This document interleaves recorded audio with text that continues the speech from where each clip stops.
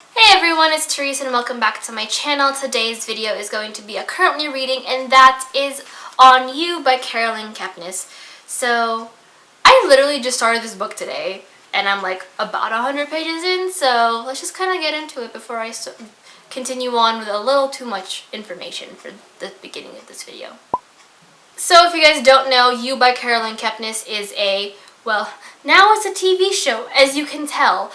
This is an adult thriller novel where we see everything through the eyes of the stalker. Here, our main character is Joe, and everything is written in second person, where it's Joe talking about his perspective of the things, or talking about you, essentially, from his perspective. And he meets the girl, Beck, as you walk into the room, and I meet you, and I fall in love with you kind of situation. And we see that his idealization of this girl turns into obsession, and it leads him down a very murderous kind of rampage, really. I watched the TV show because I did not know it was a novel beforehand. I just heard it was really good. So I watched the TV show, binged it, and was thoroughly disturbed. But now that I finally picked up the book, I unfortunately did not find the one without Penn Badgley's face on it, because now it stares into my soul anytime I try to think about it. And I don't even know if the camera is focused on me because it's probably staring into his soul. But like I said, I'm only about 100 pages in. I started this book today and I read through it really quickly. It's a pretty fast-paced read because it is told in second person present tense. So you're seeing everything as they unfold. There's no past tense. And it's set in present day as well. So it's also very quickly paced. You know kind of the world that's going on. It's set in New York, so it's just very easy to kind of picture the vibe that's going on with it. As I was reading, I realized that it's giving me some major Lolita vibes. Forgot who wrote it. Vladimir Nabokov? Yes, Nabokov. It's giving me some weird Lolita vibes in the sense that we often forget that Joe is not the character we should be rooting for. We see him really sit there and it's essentially he's the most unrelatable character in this novel. We see kind of the beginnings of a crush where you Facebook stalk them, you stalk them on all their social media, and you dream about meeting, running into them in the store, and everything unfolds from there, and it's just this magical love story. But the only difference is we stop at Facebook stalking and dreaming. Joe continues.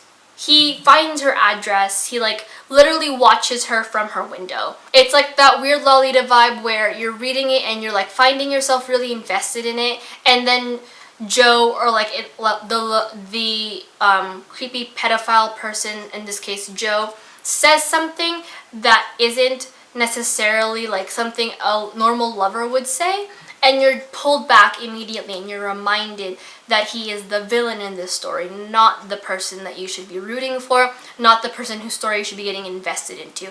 You should be screaming at Beck to get the fuck away from him, essentially. It just took me by surprise when I put the book down after my lunch break and was oh my god, that's really intense, and I can't talk to anyone anymore for the next few weeks, or strangers, because they might find me somehow magically.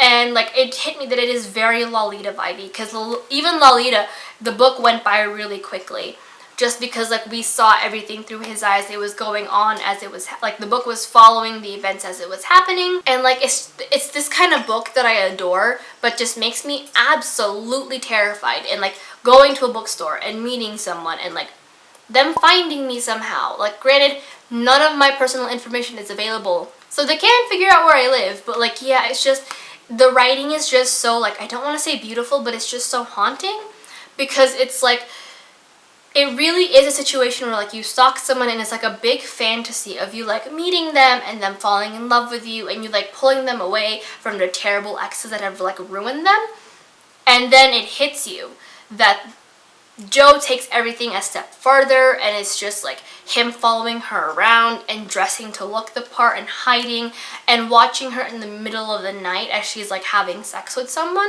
And it's just this frightening idea of how far someone would go and how far obsession would take them, and the fact that it's from Joe's perspective, and we see Joe Joe does a lot of humanizing and rationalizing of his own ideas, and it's just a creepy read, and like it just makes me so paranoid, and I'm loving the atmosphere of the book and the way that Joe is created, because it reads like it should be a romance novel, but then he says something like, let me see if I can find a line.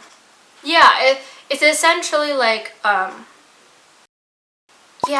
it's just, I don't know how to even put it. He's just so, like, he's just really poetic with how he says things, and then he says something that is like very graphic and very out of detail, and you're just like taken aback, because it's like, this isn't a normal conversation someone should be having. He shouldn't be breaking into your apartment, essentially, and like figuring out your favorite movie, your favorite book, and like all these things. And it's just, it reads so well, and I hate that it reads so well, but it does. But yeah, that's really all I have to say. This is a really short video, wow. But like I said, I barely just started this book, and like I started it and I was like, I have to do a currently reading on it. I don't care if I just started it. It's just so like already embedded in my head, and like the amount of Lolita vibes it's giving me is frightening, because I read Lolita in school, and I love the book for the sake of what it does and not the actual contents of the novel itself. And like reading this, I'm like, it's Lolita all over again, only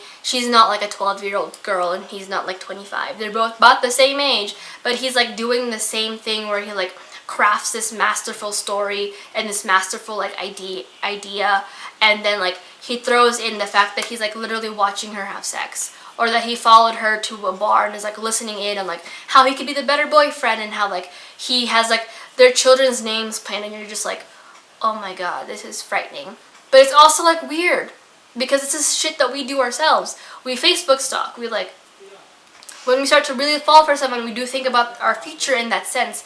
The only difference is that we don't go that far. But yeah, that is it for this currently reading. It's very short, shorter than I had anticipated, but like still, it's just, I had to get it out there. And like, if someone wants to like find a way to write an essay on like the similarities and differences between Lolita and you, I would appreciate you, because like academia is coming back to kick me in the butt right now, or lack thereof. So yeah, but until next time, I will leave all my information down below, and if you guys want, and I will have a follow-up video on this technically for my wrap-up, so keep an eye out for that at the end of the month. So until next time, like I said, just find me everywhere else. Hope you guys are having a great week, and if not, then hopefully your next week is better than the last one.